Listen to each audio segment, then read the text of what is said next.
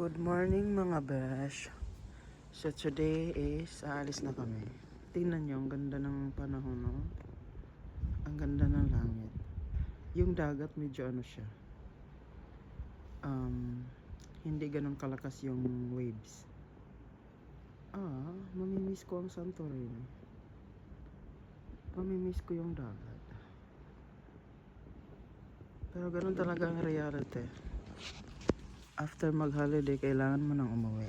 Tapos mga besh, kapag minalas ka nga naman talaga. Hindi naman malas, no? May bayuok ako, oh. Ngayon pa talaga siya. Pwede namang i-postpone. Pwede namang Sabado na lang muna o Linggo. Animal talaga. Ay, nak Lord. Ang sakit nga kanina pagising ko, ngut-ngut siya. Ininuman ko siya ng Flictor na wala-wala. Sakit siya mga besh, pero hindi na kaya. Pero yan, uwi na kami ngayon. Ready na. So, ang flight ng aking kapatid mga besh, ay ang alis ng airplane niya is 10 mahigit ng umaga. 10:25 lahat? 10 daw. Ako naman is mamaya pang gabi. 10:55. So, baka ikutin ko na lang yung buong Oya, no? Or, ano nga tawag nila ito? Iya, no? Kahit mamayang gabi pa yung flight ko mga besh, sabay na lang kaming alis kasi sayang yung taxi. 95 euro yung bayad. So, iwan ko na lang yung luggage ko sa airport at tapos mag-ikot-ikot na lang ako. So, nandito na kami sa airport. Ayan yung mga parking lot. Andun yung bus sa side na yun. Public bus nila. Tapos, ito yung arrival. Ayan yung nakasulat. Kayo na lang mag-translate. So, pasok tayo.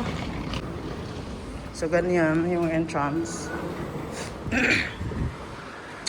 Maliit lang siya. May coffee shop dyan. Si Friends Bakery. Tapos, ayan na siya. Andun yung security. Sa side na yun. Tapos, dyan mo hanapin yung airlines mo. Kung saang airlines ka. Andito yung dalawang isang anak ni Carmen o apo ni Carmen. Okay. Liwang sa dito. Takuan tag problema. Andun si Aro. So ito yung check-in niya. Ito naman akin, hindi ko check-in yan. Ito at saka ito akin. Pero sa kanya yung galing bag. Ito yung kanya. At saka yan. Kay Rafael. Yun yung isa niya. Dito banda yung airlines nila, kaya dito kami banda.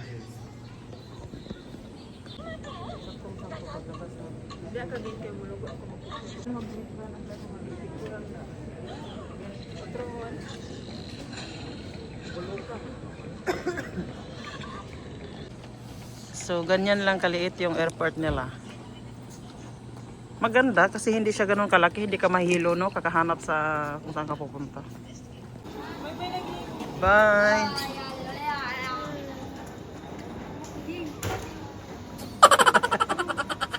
Bye, Rafael!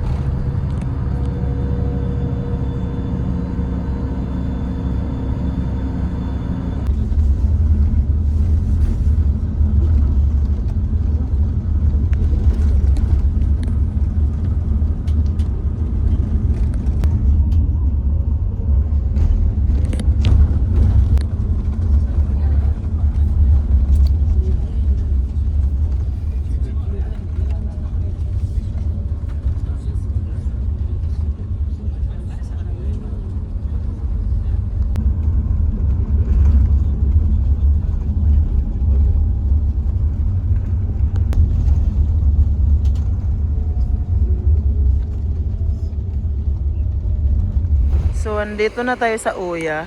Oya o Iya. Iya man ang tawag nila. So, andito yung bus stop. Tama pala yung sabi ng kapatid ko nung nakaraan. Kasi may pumapasok na bus dito. So dito pala.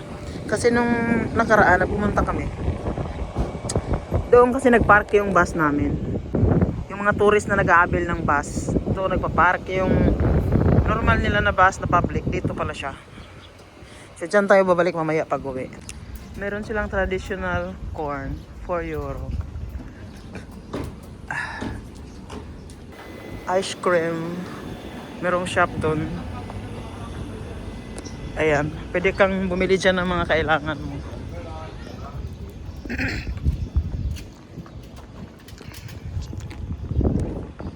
So tara, mag-ikot tayo sa Iya. Samahan nyo ako para makita nyo din yung Iya Santorini. Dito tayo. Kita nyo yun? Papunta din yan doon sa sa famous nila na yung papictura. Mga souvenir. Meron silang pistachio, almond. Ay, kahaba ng pila. Ay, ito yung ayaw ko eh.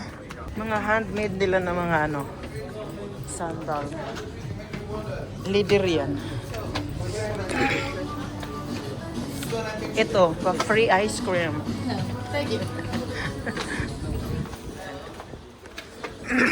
Pero ayoko. Free yun siya. Tilawan. Tikman mo yung nila. Ice cream nila.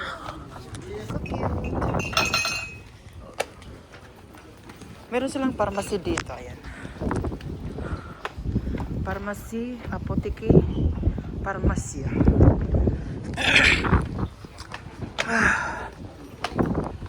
Hiningal lang ang base niya. Ay, madami ng tao. Ay. Actually, is Friday pala, no? Ay, no. Thursday. Thursday ba?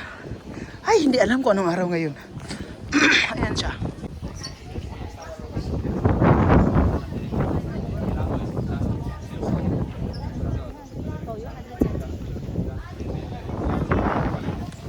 Dito tayo.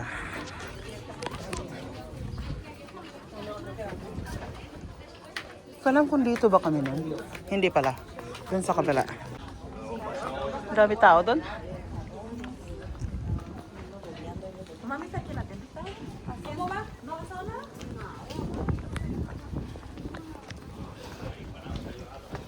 Bukan ba ya?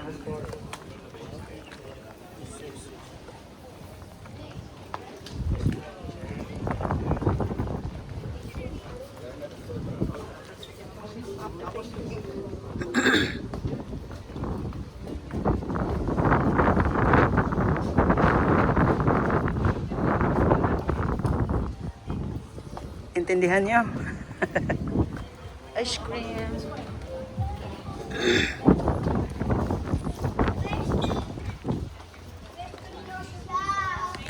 Hi, me.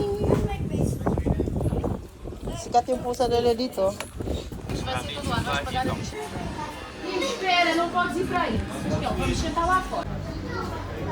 So yung pinipilahan ng mga tao, yung ganyang itsura.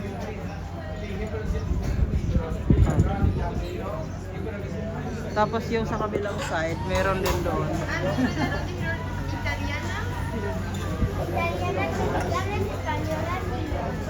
Tapos kihaba-haba ng pila. Magkape na lang ako dito. Dito ako sa coffee shop. Ayan. Tapos may view ka, no? Kita mo pa yung kabila. Hindi na pipilang, init-init. Yung bayo ko, hindi na galing-galing.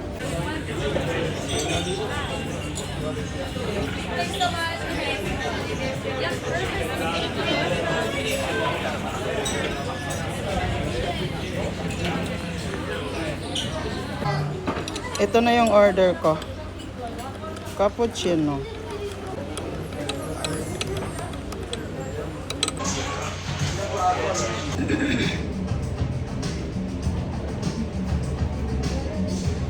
Init. Pila tayo dito. Ayan siya.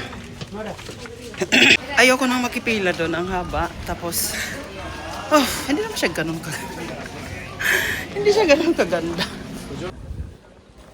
Tuloy sa lakad na. Hindi pa alam kung saan tayo pupunta.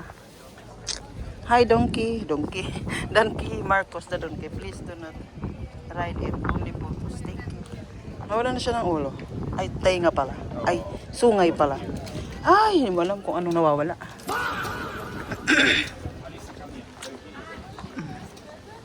Alam niyo maganda dito? Marami silang mga linens. Cotton at saka linen. Maganda yung ano nila. O yung pamaypay. Magkano? 14 na. May pamaypay ako. Yun na lang gamitin ko. Mahal man souvenir diri oy. Handmade drawing daw to. Tig 35 euro. Ito 25 euro. Last time kami ng kapatid ko doon kami na side. So ngayon dito ako na side. Kasi hindi ko nakita yung side na to. Alam nyo, nakakahingal yung sobrang init. Ang init ng panahon. Tapos nakaganito ako. Tapos, may beke pa ako. Ay!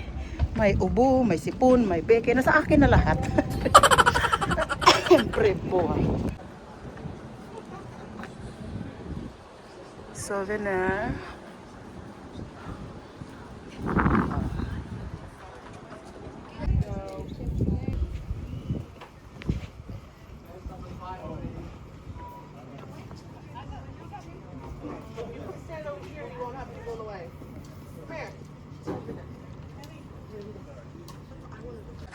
So the last time na nandito kami is pumunta kami doon ng kapatid ko. Doon. Pero ngayon madami tao mga besh. So dito tayo sa side na to kasi last time doon tayo. So dito tayo. May daan doon. Meron din dito. So hindi ko alam kung saan ako pupunta. Tingnan natin dito. Kung ano meron dito. So ayan yung makikita mo dito sa kabilang side. Ayan. On the flag of Greece. Blue and white. Yay! Hinika na si Vision yun. So pag may accommodation ka dyan, ayan yung view mo. Makikita mo agad yan. Agad na niya. Christos Oya. Accommodation name.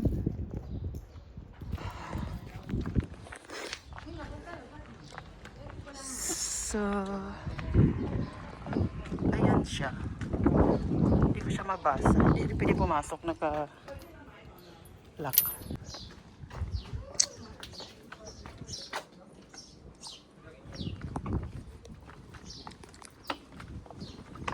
Nakasakay na kaya yung kapatid ko? Cute naman ito. Doon tayo. Lapitan natin yun. Yan. Kung pwede ba siyang lapitan. Ang ganda ng view. So ano siya, may harang doon. So you cannot go there. Ayan siya. Ganda ng view. Pwede kayong rent ng ganyan if you have money.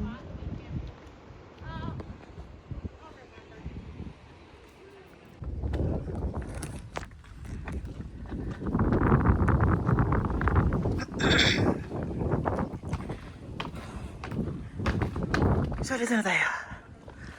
Hoy! Okay sana pag walang araw. Pag may araw nakakahingal.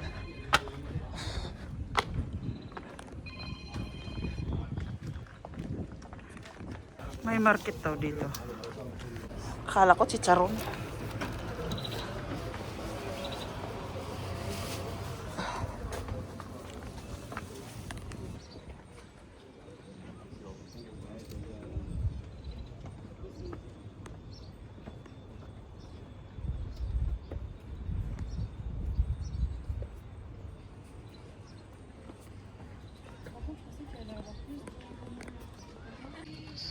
Souvenir.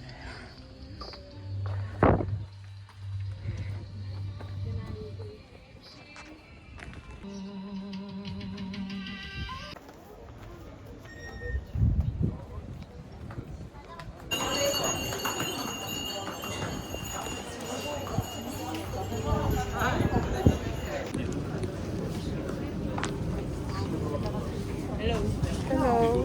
Ay.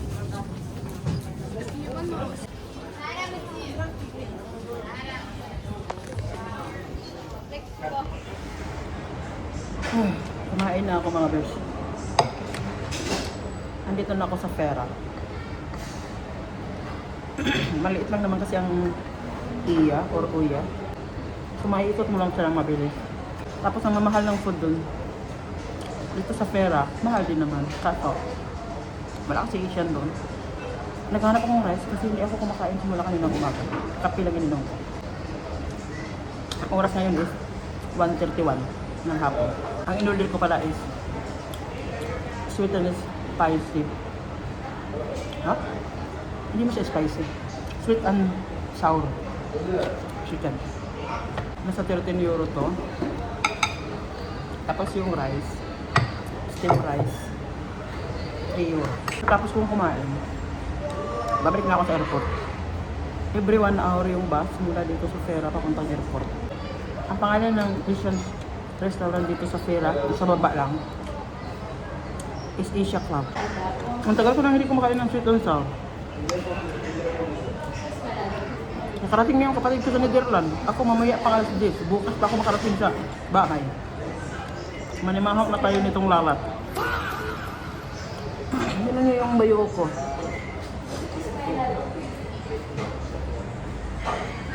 Malaki pa rin siya. Yung luggage ko pala, iliwan ko sa airport. 10 euro siya all day. Tapos magpo-close sila is 12 midnight.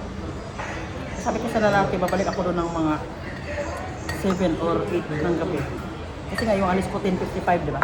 Doon kasi sa accommodation namin. Ang check out doon is 11 in the morning. Pwede mong iwan yung luggage mo doon sa baba, sa reception. Kung ang flight mo mamayang gabi pa, pwede mo siyang iwan doon.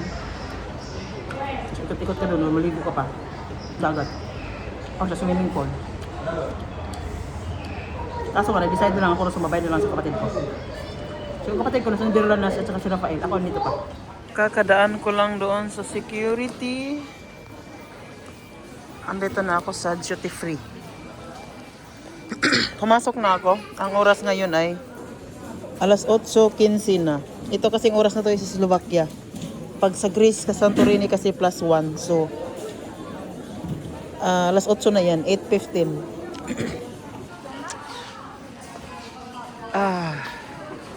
Pwede magpabango dito, be? Piste, hindi man nadala yung ano ko, sunscreen ko, at saka ano, at saka yung, ano ba tawag doon? Yung spray sa lamok.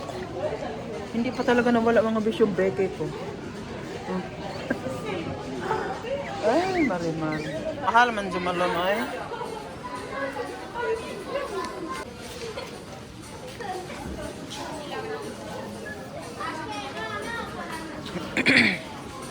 Basta may alak, may balak, chocolate, 30 euro.